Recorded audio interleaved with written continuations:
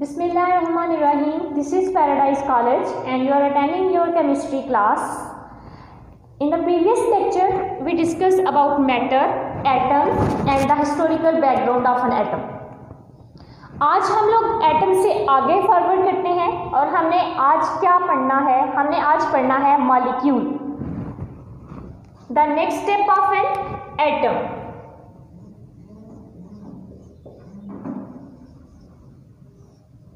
Molecule. What is molecule?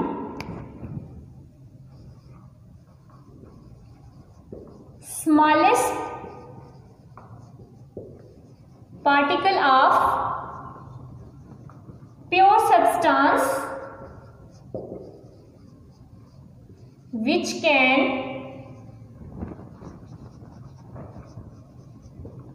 exist independently. Molecule smallest particle है pure substance का जो कि एग्जिस्ट करता है इंडिपेंडेंटली. यानी कि है क्या ये स्मॉलेस्ट पार्टिकल है किसका? Pure substance. मैटर की काइंड में पढ़ा था, एक प्योर मैटर होती हैं और एक इम्प्योर मैटर होते हैं. जो प्योर मैटर होते हैं उनमें सब्सटेंस आते हैं. तो ये प्योर सब्सटेंस का स्मॉलेस्ट पार्टिकल है जो कि इंडिपेंडेंटली एग्जिस्ट कर सकता है. जैसे आपके पास हीलियम, HCl, NH3, H2SO4. अब हमने कहा था कि एटम जो है वो एग्जिस्ट कर सकते हैं इंडिपेंडेंटली और नहीं भी एग्जिस्ट कर सकते, लेकिन यहाँ पे हम बात कर रहे हैं मॉलिक्यूल की. तो ये वाला जो मॉलिक्यूल है ये सिंगल एटम है, लेकिन ये नोबल गैस है तो ये एग्जिस्ट कर सकता है. अब ये वाले जो मॉलिक्यूल्स हैं ये कम्बिनेशंस ऑफ एटम्स हैं, यानी एटम्स केमिकली कंबाइन किए गए हैं. यहाँ पे हाइड्रोजन और क्लोरीन है, यहाँ पे नाइट्रोजन और हाइड्रोजन है, यहाँ पे हाइड्रोजन सल्फेट और ऑक्सीजन का केमिकली कम्बिनेशन है. इस वजह से हम इनको क्या बोलते हैं? मॉलिक्यूल बोलते हैं जो कि इंडिपेंडेंटली एग्जिस्ट कर सकते हैं. अब हम लोग बात करते हैं क्लासिफिकेशन ऑफ मॉलिक्यूल्स की.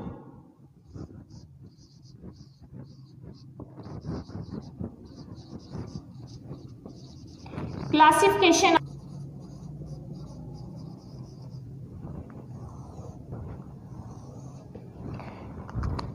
मॉलिक्यूल्स को हम क्लासिफाई करते हैं 3 स्टेट्स में या 3 काइंड्स में, या molecules are divided on the basis of the 3 steps.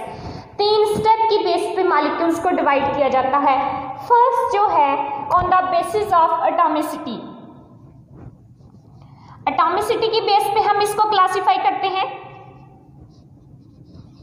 Second जो है on the basis of nature of an atom.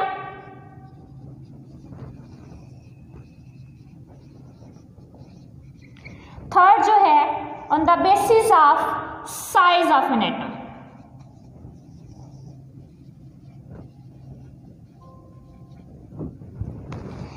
इन तीनों के लिहाज से हम मॉलिक्यूल्स को क्लासिफाई करते हैं. एटॉमिसिटी की बेस पे, नेचर ऑफ एन एटम की बेस पे, साइज ऑफ एन एटम की बेस पे.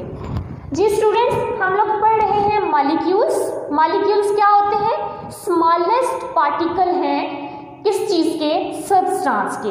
और सब्सटेंस कौन सा? प्योर सब्सटेंस, जो कि इंडिपेंडेंटली एग्जिस्ट कर सकते हैं. जिसकी एग्जांपल आपके पास हीलियम है, HCl है, अमोनिया है, सल्फ्यूरिक एसिड है. हमने क्लासिफिकेशन बताई कि मॉलिक्यूल्स को हम किस बेस पे क्लासिफाई कर सकते हैं. तो अब हम इसको मॉलिक्यूल्स की क्लासिफिकेशन इन 3 बेसिस पे करते हैं, 3 मेजर स्टेप्स पे करते हैं. First one is atomicity, next one is nature of an atom and size of an atom. अब हम लोग जो है सबसे पहले डिस्कस करते हैं what is atomicity.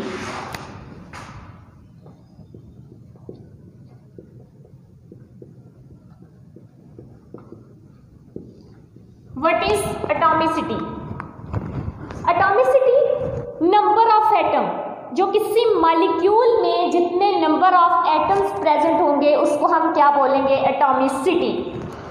Number of atoms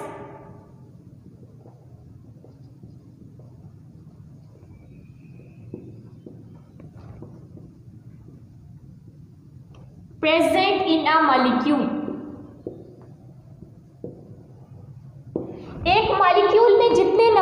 atom present होंगे उसको हम बोलेंगे एटॉमिसिटी। जैसे आपके पास एग्जाम्पल है helium, HCl hydrochloric acid, ammonia NH3, water H2O। अब हमने देखना है कि इसमें नंबर ऑफ एटम्स कितने हैं। हीलियम नोबल गैस है, एक एटम है तो इसकी एटॉमिसिटी जो होगी वो क्या होगी 1। इसकी एटॉमिसिटी क्या होगी 1। अब यहाँ पे HCl है, कितने नंबर ऑफ एटम इन्वॉल्व है 2 नंबर ऑफ एटम है, तो इसकी एटॉमिसिटी जो होगी वो कितनी होगी 2। यहाँ पे आपके पास नाइट्रोजन है, 1 एटम नाइट्रोजन का है और 3 एटम हाइड्रोजन के हैं, तो इसकी एटॉमिसिटी होगी 4। वाटर है, 2 एटम हाइड्रोजन के हैं और 1 एटम ऑक्सीजन का है, इसकी एटॉमिसिटी होगी 3। ये तो आपके पास आ गई एटॉमिसिटी। अब एटॉमिसिटी के बेस पे हम मॉलिक्यूल्स को कैसे डिवाइड करते हैं। On the basis of atomicity molecules are divided into monoatomic molecules and polyatomic molecules. Monoatomic molecules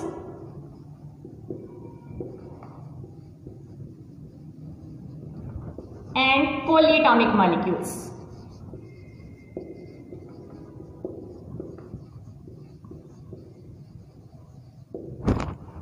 अब मोनोएटॉमिक मॉलिक्यूल्स क्या होता है और पॉलीएटॉमिक मॉलिक्यूल्स क्या होता है, इनको हम फर्दर डिस्कस करते हैं। पहले आपके पास जो है वो आ जाता है monoatomic molecules.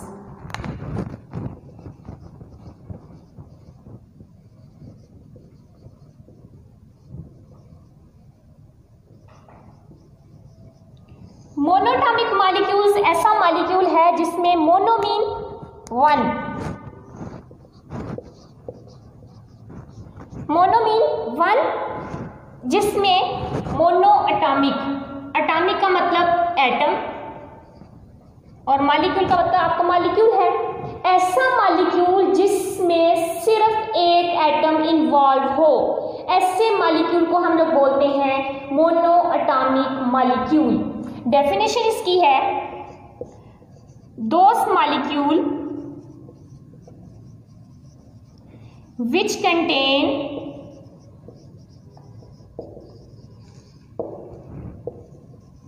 Only 1 atom are called monoatomic molecule. For example helium, neon, argon, krypton, xenon etcetera. ये जो मॉलिक्यूल्स हैं these molecules are called monoatomic molecules. अब हम लोग बात करते हैं पॉलीएटॉमिक मॉलिक्यूल्स की। Polyatomic molecule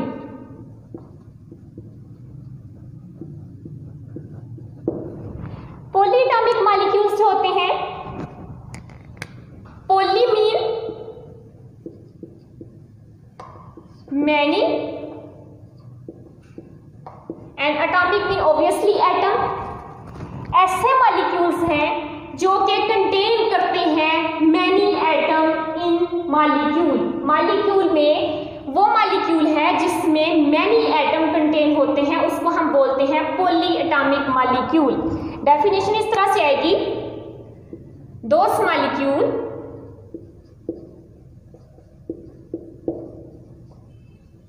which contain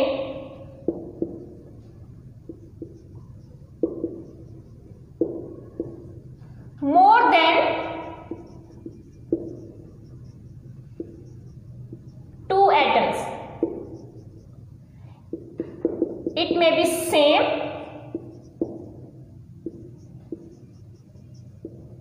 it may be different.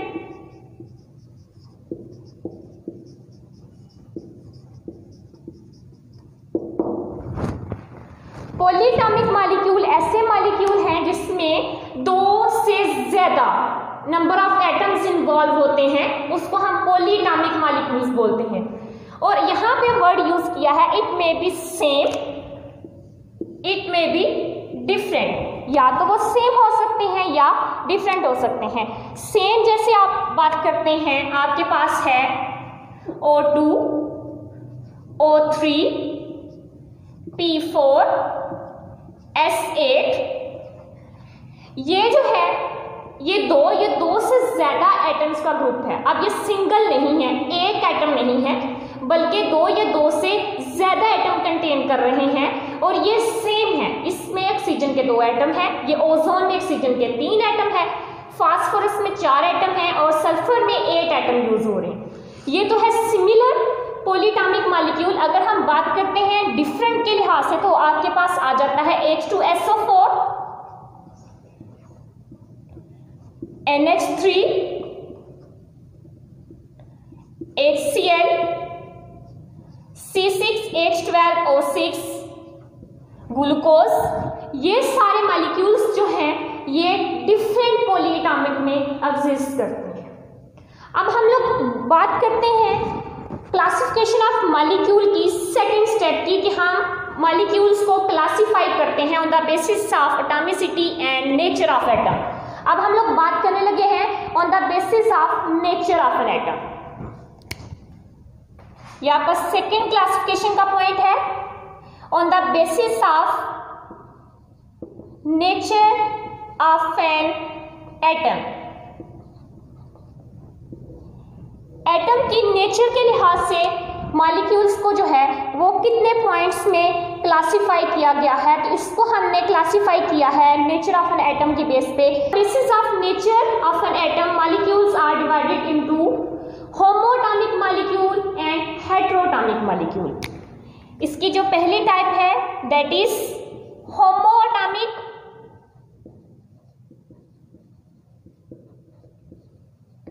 Molecule and heteroatomic molecule.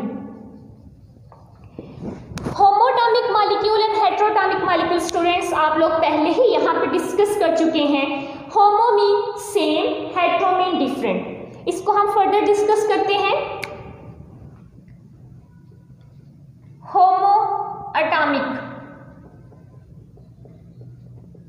Molecule. Homoatomic molecule ऐसे मॉलिक्यूल हैं जो कि सेम एटम कंटेन करते हैं मॉलिक्यूल में, उसको हम बोलते हैं होमोएटॉमिक मॉलिक्यूल्स। डेफिनेशन है those molecule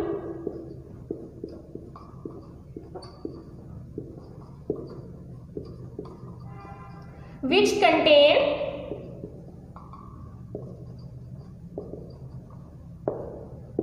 same type of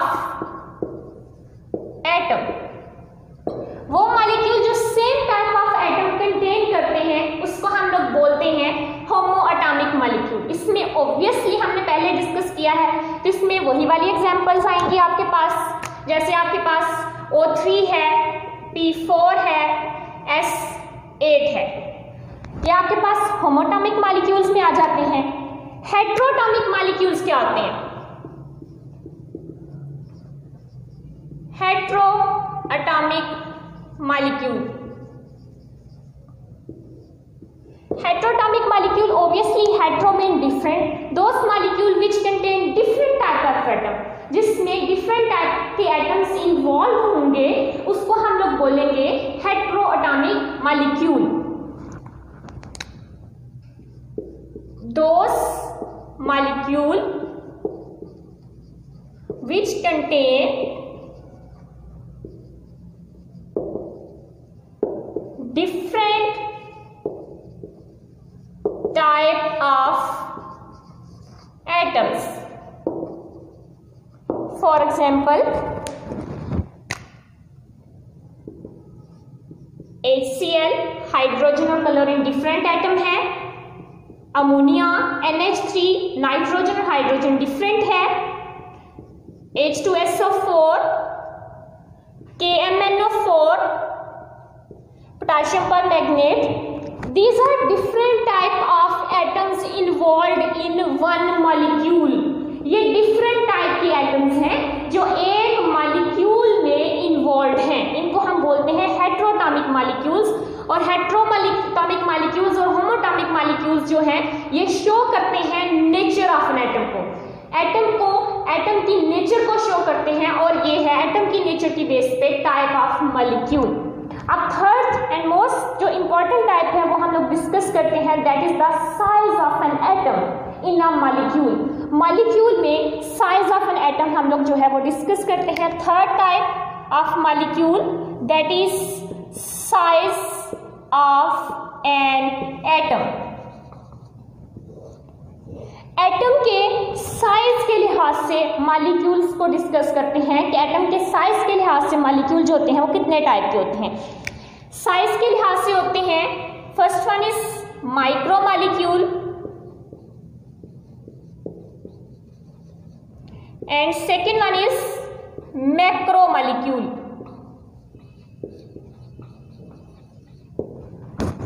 अब माइक्रो मॉलिक्यूल क्या है और मैक्रो मॉलिक्यूल क्या है, ये आप लोगों को उनके नाम से ही पता चल रहा है। What is micro, micro mean small and macro mean large. What is micro molecule,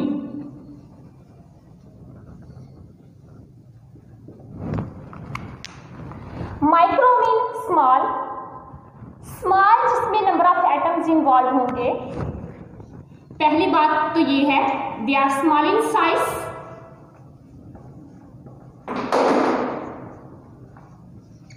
ये साइज के लिहाज से छोटे होते हैं। Few number of atoms are involve, इसमें few number of atoms involve होते हैं, जिसकी एग्जांपल आपके पास जो है इस तरह से आ जाती है, बार बार रिपीट हो रहे हैं। सल्फ्यूरिक एसिड काउंट कर सकते हैं, 2 एटम हाइड्रोजन के हैं, 1 एटम सल्फर का है, 4 एटम ऑक्सीजन के हैं। थोड़े से इसका स्मॉल साइज है, फ्यू नंबर ऑफ एटम है जो कि काउंट हो सकते हैं।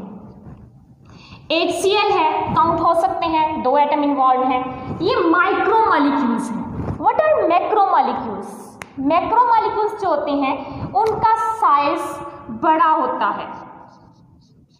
Macro molecules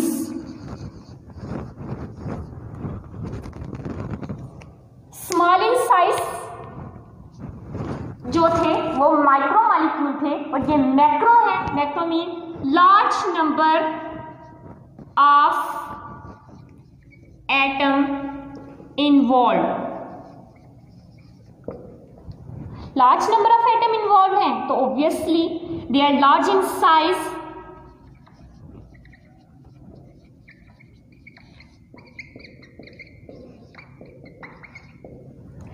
for example haemoglobin,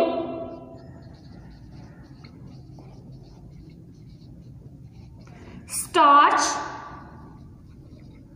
protein, carbohydrate, lipids, ये सारे मैक्रो मॉलिक्यूल्स में आते हैं, क्योंकि इनमें का जो मॉलिक्यूल्स हैं ये so many numbers of atom पे इन्वॉल्व होते हैं, इनका साइज बहुत बड़ा होता है। इनमें से हम एक को डिस्कस करते हैं।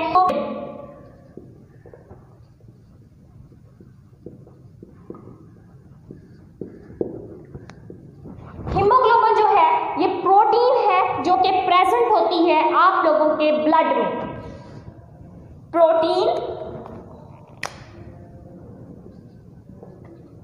प्रोटीन है प्रेजेंट इन ब्लड में प्रेजेंट होती है। दूसरी बात, it is made up of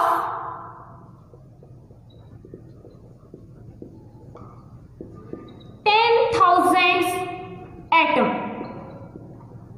यहां पे स्मॉल में आप काउंट कर सकते हो, 6 है, 7 है, 8 है, 9 है, लेकिन ये जो मैक्रो मॉलिक्यूल्स हैं दीज आर थाउजेंड्स, ये थाउजेंड्स में है। जैसे आपके पास एक हीमोग्लोबिन है जो कि एक सिंपल ब्लड प्रोटीन है जो कि आपके ब्लड में प्रेजेंट होती है, वो 10,000 एटम से मिलकर बनी है, और ये जो है ये 68,000 टाइम लार्ज होती है एक हाइड्रोजन एटम से, यानी एक हीमोग्लोबिन जो है जो कि 10,000 एटम से मिलकर बनी है, और ये एक एटम के साइज से 68,000 टाइम लार्ज होती है।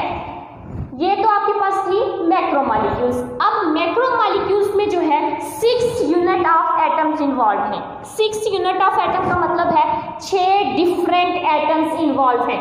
वो जो 6 डिफरेंट एटम्स इन्वॉल्व हैं, 6 different atoms are involve in its structure. इसके स्ट्रक्चर में 6 डिफरेंट एटम इन्वॉल्व है। First one is carbon, hydrogen, nitrogen, oxygen, iron, sulphur. ये आपके पास इन 6 कार्बन एटम्स मिलके एक यूनिट बनाते हैं मैक्रोमॉलिक्यूल का, जिसको आप बोलते हो हीमोग्लोबिन। स्टूडेंट्स, ये जो आपका मॉलिक्यूल का टॉपिक है ये बहुत ही छोटा टॉपिक है, जो कि एक आप लोगों के एमसीक्यू से या शॉर्ट क्वेश्चन के हवाले से। ऑब्वियसली लॉन्ग क्वेश्चन जो है इसमें बन तो सकता है नो डाउट, लेकिन इसमें ज़्यादातर जो इम्पोर्टेंट चीज़ है वो शॉर्ट क्वेश्चन है और दूसरा इसमें एमसीक्यू। अब हम लोग बात करते हैं आयन की।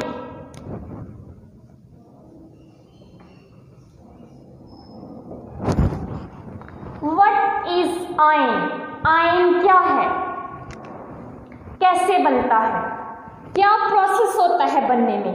आयन, जब किसी एटम से हम एक इलेक्ट्रॉन या 2 इलेक्ट्रॉन निकाल लेते हैं या ऐड कर देते हैं, जब कोई एटम इलेक्ट्रॉन को गेन करता है या लूज करता है, तो जो आपके पास एक नई स्पीशी बनती है, that species called ion.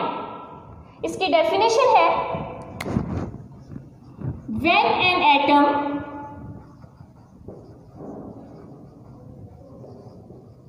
gain or lose electron, या तो कोई इलेक्ट्रॉन हासिल करता है या निकालता है, तो जो चीज बनती है दैट इज कॉल्ड आयन। उसको हम क्या बोलते हैं? आयन्स बोलते हैं। आयन्स क्या चीज है? जब कोई एटम गेन करता है या लूज करता है इलेक्ट्रॉन को, और जब इलेक्ट्रॉन को लूज या गेन कर लेता है तो हमारे पास कैसे पता चलता है कि आयन बन गया? इट गेट चार्ज्ड, इस पे चार्ज आ जाता है।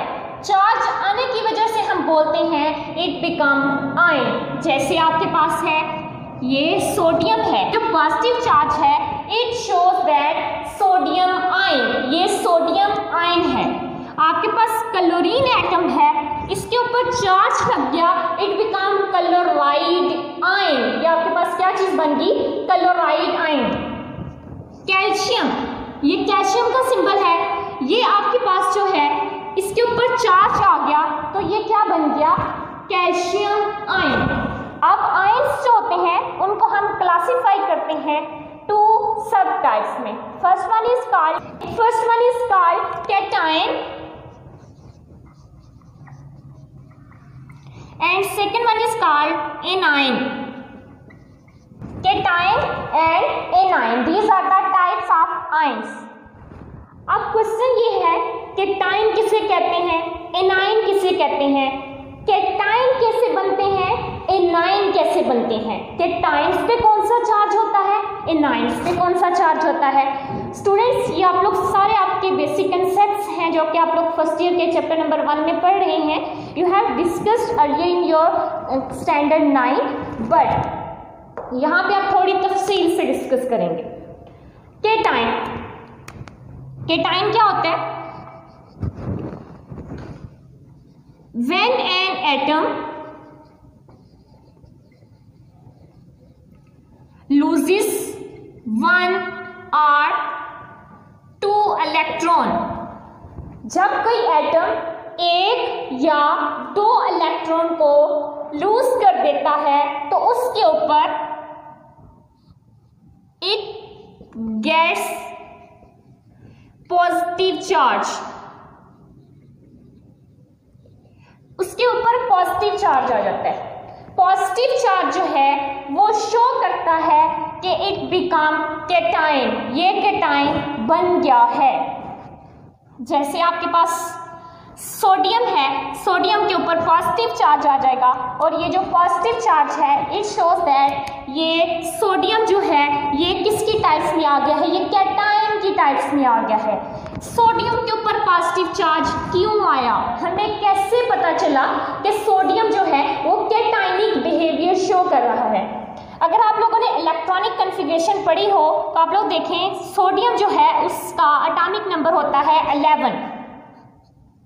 इसकी इलेक्ट्रॉनिक कॉन्फ़िगरेशन करें 1s2 2s2 2p6 3s1। अब ये जो है ये फर्स्ट वाला शेल है जो कि कंप्लीट है, ये 2s और 2p सेकंड वाला शेल है जो कि कंप्लीट है, इसमें भी 6 और 2 8 इलेक्ट्रॉन है, इसका ऑक्टेट कंप्लीट है। अब यहाँ पे जो थर्ड शेल है दैट इज 3s1, इसके पास तीसरा शेल जो है वो इनकम्प्लीट है, यानी कि ये कंप्लीट नहीं है। ये जो फर्स्ट शेल है इसमें 2 इलेक्ट्रॉन है, 2 इलेक्ट्रॉन का मतलब इसका डुप्लीट कंप्लीट है। ये जो सेकंड वाला शेल है इसमें 8 इलेक्ट्रॉन है, 8 इलेक्ट्रॉन का मतलब है ये शेल कंप्लीट है। थर्ड वाले शेल की तरफ चलें, उसमें सिर्फ 1 इलेक्ट्रॉन है जो कि शेल मुकम्मल नहीं है। अब सोडियम क्या चाहता है बॉन्डिंग करने के लिए, वो ये कहता है कि मेरा ये वाला शेल तो कंप्लीट है, तो ये वाला जो 1 इलेक्ट्रॉन जो फ्री में अकेला घूम रहा है लास्ट शेल में, आप इसको ले लो और मेरे साथ बॉन्डिंग कर लो। इस वजह से सोडियम के ऊपर +1 चार्ज आता है जो कि शो करता है कि sodium have the ability to lose only 1 electron. Sodium जो है सिर्फ 1 इलेक्ट्रॉन लूज कर सकता है और क्योंकि इसने इलेक्ट्रॉन लूज कर दिया है, दे दिया है, इस वजह से इसमें कमी होगी इलेक्ट्रॉन की। इसके अपने शेल में, शेल इसमें एटॉमिक नंबर 11 है, लेकिन अब इसके पास जो इलेक्ट्रॉन्स हैं वो रह गए हैं 10, यानी इसके पास 1 इलेक्ट्रॉन की शॉर्टेज हो गई है। शॉर्टेज होने की वजह से इस सोडियम के ऊपर आया है पॉजिटिव चार्ज। समझ आ गई स्टूडेंट्स? अब केटाइन्स में चूंकि इलेक्ट्रॉन लूज हो रहा है, इलेक्ट्रॉन बाहर निकल रहा है, इलेक्ट्रॉन को बाहर निकालने के लिए हमें रिक्वायर्ड होती है एनर्जी। जब एनर्जी जो है इसमें कंज्यूम हो रही है तो ये कौन सा प्रोसेस हुआ, केटाइनिक रिएक्शंस और एंडोथर्मिक रिएक्शंस। नेक्स्ट जो important point, केटाइनिक reactions are called, cationic reactions are endothermic reactions। cationic reactions जो होते हैं वो endothermic reactions होते हैं। endothermic reactions क्यों होते हैं? because energy is consumed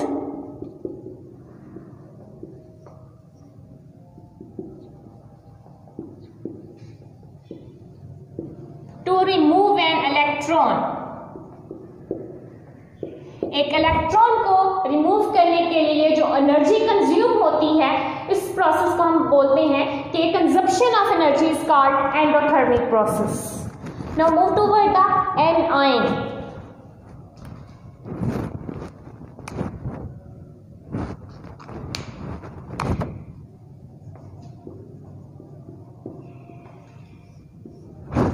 What is anion? Anion are those species when an atom gain electron। जब कोई एटम इलेक्ट्रॉन को गेन कर लेता है उसको हम बोलते हैं anion। When an atom gain 1 or 2 electrons, it become anion। कोई एटम इलेक्ट्रॉन्स को 1 या 2 इलेक्ट्रॉन्स जो हैं वो गेन कर लेता है तो वो एनाइन बन जाता है। और दूसरी बात, जब ये एनाइन बन जाता है इसकी पहचान हमें कैसे होती है कि हम इसको एनाइन कहें। हम इसको एनाइन तब कहेंगे when it gets negative charge.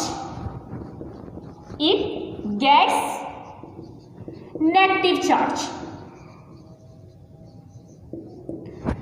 Cation में हम लोगों ने उसकी पहचान की थी उसके पॉजिटिव चार्ज की वजह से।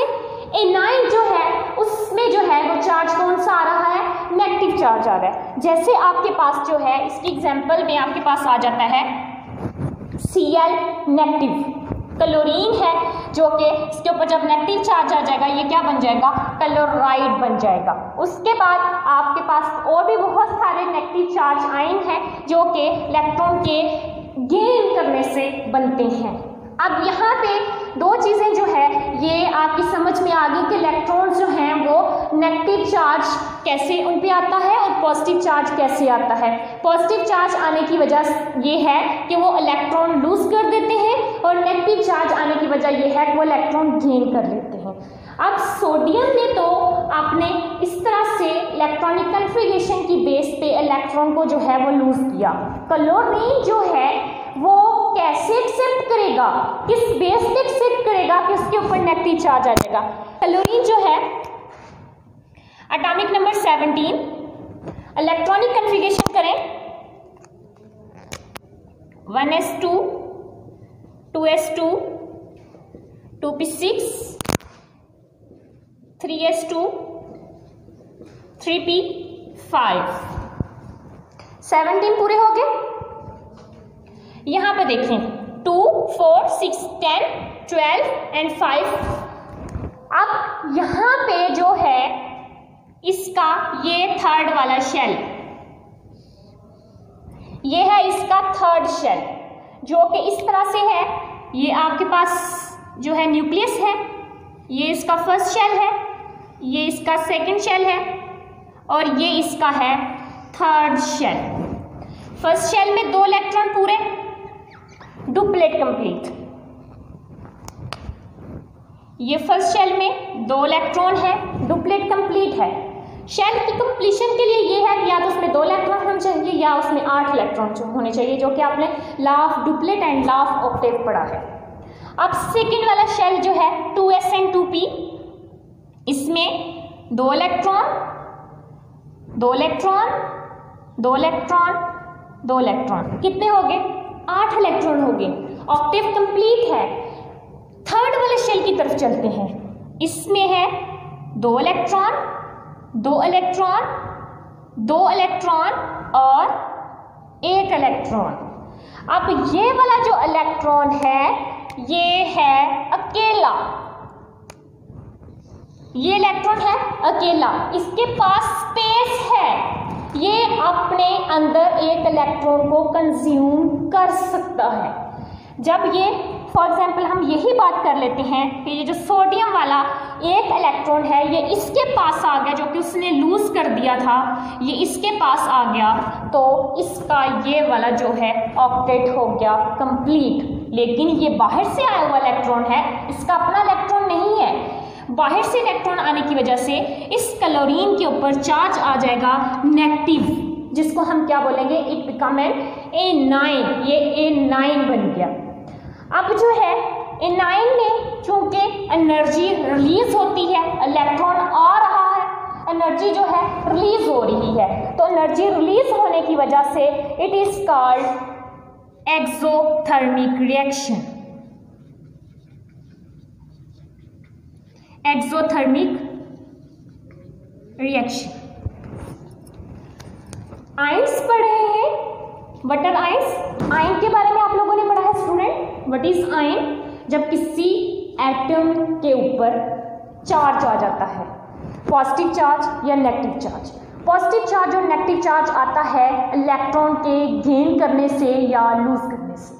वो जो गेनिंग और लूजिंग की वजह से आपके ऊपर एक चार्ज आता है, उस चार्ज को आप लोग बोलते हो आयन। आयन 2 तरह के होते हैं, first one is called cation and second one is called A9. Cation जो होता है उसमें इलेक्ट्रॉन होता है लूज, इलेक्ट्रॉन लूज हो जाता है, निकल जाता है। इलेक्ट्रॉन के निकलने की वजह से, इलेक्ट्रॉन के लूज होने की वजह से उसके ऊपर आता है पॉजिटिव चार्ज, और ये जो पॉजिटिव चार्ज है ये शो करता है कि रिएक्शन केटाइनिक रिएक्शन है। इस रिएक्शन में जो है एनर्जी कंज्यूम होती है, इलेक्ट्रॉन को बाहर निकालना है, ऑब्वियसली एनर्जी की कंजप्शन हो रही है। कंजप्शन होने की वजह से हम लोग इसको बोलते हैं it is an endothermic reaction. Anion कैसे बनते हैं? जब कोई एटम गेन कर लेता है एक या एक से ज़्यादा इलेक्ट्रॉन्स को, तो उसके ऊपर चार्ज आ जाता है नेगेटिव चार्ज की वजह से हम इसको बोलते हैं it is an anion. Anion कैसे बनता है?